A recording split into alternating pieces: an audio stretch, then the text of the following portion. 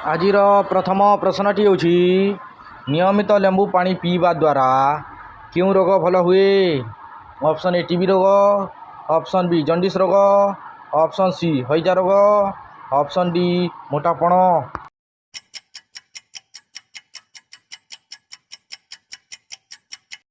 ପ୍ରଶ୍ନର ସଠିକ୍ ଉତ୍ତରଟି ହେଲା ଅପସନ୍ ଡି ମୋଟାପଣ। ଦ୍ୱିତୀୟ ପ୍ରଶ୍ନଟି ହେଉଛି ଜାମୁକୋଳି ଖାଇବା ଦ୍ୱାରା କେଉଁ ରୋଗ ଭଲ ହୁଏ? ଅପସନ୍ ଏ ମାଇଗ୍ରେନ୍ ରୋଗ, ଅପସନ୍ ବି ମ୍ୟାଲେରିଆ ରୋଗ, ଅପସନ୍ ସି ଡାଇବେଟିସ୍ ରୋଗ, ଅପସନ୍ ଡି ହଇଜା ରୋଗ।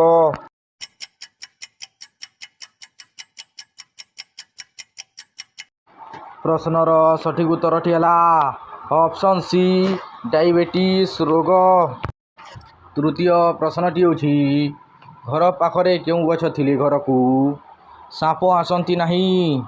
ଅପସନ୍ ଏ ତୁଳସୀ ଗଛ, ଅପସନ୍ ବି ନିମ୍ବ ଗଛ, ଅପସନ୍ ସି ଆମ୍ବ ଗଛ, ଅପସନ୍ ଡି ସର୍ପଗନ୍ଧା ଗଛ।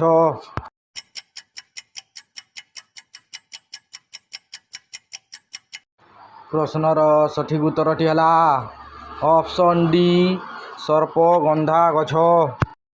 ଚତୁର୍ଥ ପ୍ରଶ୍ନଟି ହେଉଛି ଅଧିକ ଲୁଣ ଖାଇଲେ କେଉଁ ରୋଗ ହୁଏ?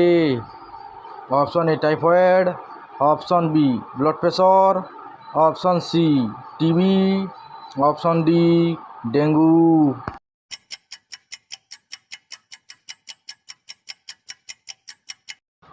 ପ୍ରଶ୍ନର ସଠିକ୍ ଉତ୍ତରଟି ହେଲା ଅପସନ୍ ବି ବ୍ଲଡ଼ ପ୍ରେସର।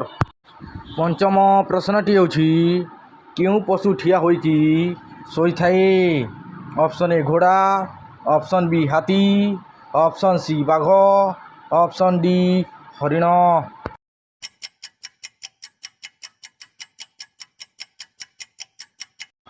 ପ୍ରଶ୍ନର ସଠିକ୍ ଉତ୍ତରଟି ହେଲା ଅପସନ୍ ଏ ଘୋଡ଼ା।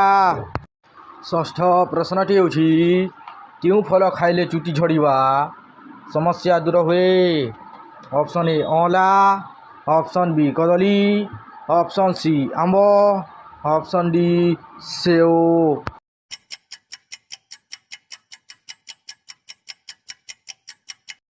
ପ୍ରଶ୍ନର ସଠିକ୍ ଉତ୍ତରଟି ହେଲା ଅପସନ୍ ଏ ଅଁଳା। ସପ୍ତମ ପ୍ରଶ୍ନଟି ହେଉଛି ଭାତ ସହ କ'ଣ ଖାଇଲେ ଅଣ୍ଟା ଦରଜ ଓ ଗୋଡ଼ ବିନ୍ଧା ଭଲ ହୁଏ? ଅପସନ୍ ଏ ମୁସୁରି ଡାଲି, ଅପସନ୍ ବି ଆଳୁ, ଅପସନ୍ ସି ଶାଗ, ଅପସନ୍ ଡି ଅଙ୍ଗୁର।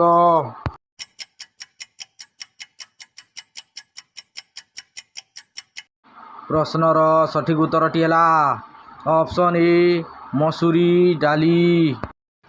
ଅଷ୍ଟମ ପ୍ରଶ୍ନଟି ହେଉଛି କେଉଁ ଜୀବ ଉପରେ ସାପ ବିଷ କାମ କରେ ନାହିଁ? ଅପସନ୍ ଏ ମାଛ, ଅପସନ୍ ବି କୁକୁର, ଅପସନ୍ ସି ନେଉଳ, ଅପସନ୍ ଡି ଗାଈ।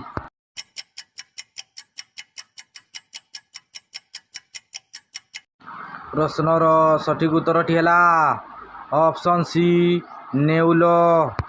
ନବମ ପ୍ରଶ୍ନଟି ହେଉଛି ବାଡ଼ିରେ ଆମ୍ବ ଗଛ ଥିଲେ ଘରକୁ କ'ଣ ଆସେ? ଅପସନ୍ ଏ ସାପ, ଅପସନ୍ ବି ଧନ, ଅପସନ୍ ସି ପ୍ରେତ, ଅପସନ୍ ଡି ଖୁସି।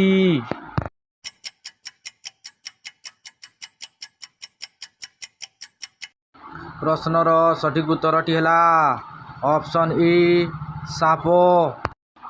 ଦଶମ ପ୍ରଶ୍ନଟି ହେଉଛି କେଉଁ ଫଳ ନିୟମିତ ଖାଇଲେ ଦାନ୍ତ ସଫା ରହେ? ଅପସନ୍ ଏ କଦଳୀ, ଅପସନ୍ ବି ଅମୃତଭଣ୍ଡା, ଅପସନ୍ ସି କମଳା, ଅପସନ୍ ଡି ଅଙ୍ଗୁର।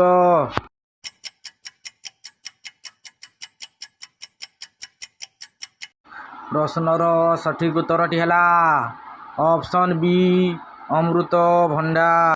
ଏହିପରି ନୂଆ ନୂଆ ସାଧାରଣ ଜ୍ଞାନ ଭିଡ଼ିଓ ଦେଖିବା ପାଇଁ ଆମ ଚ୍ୟାନେଲଟିକୁ ସବସ୍କ୍ରାଇବ୍ କରନ୍ତୁ ଓ ଭିଡ଼ିଓ ଭଲ ଲାଗେ ତ ଭିଡ଼ିଓକୁ ଲାଇକ୍ ଗୋଟିଏ ବି କରିଦିଅନ୍ତୁ।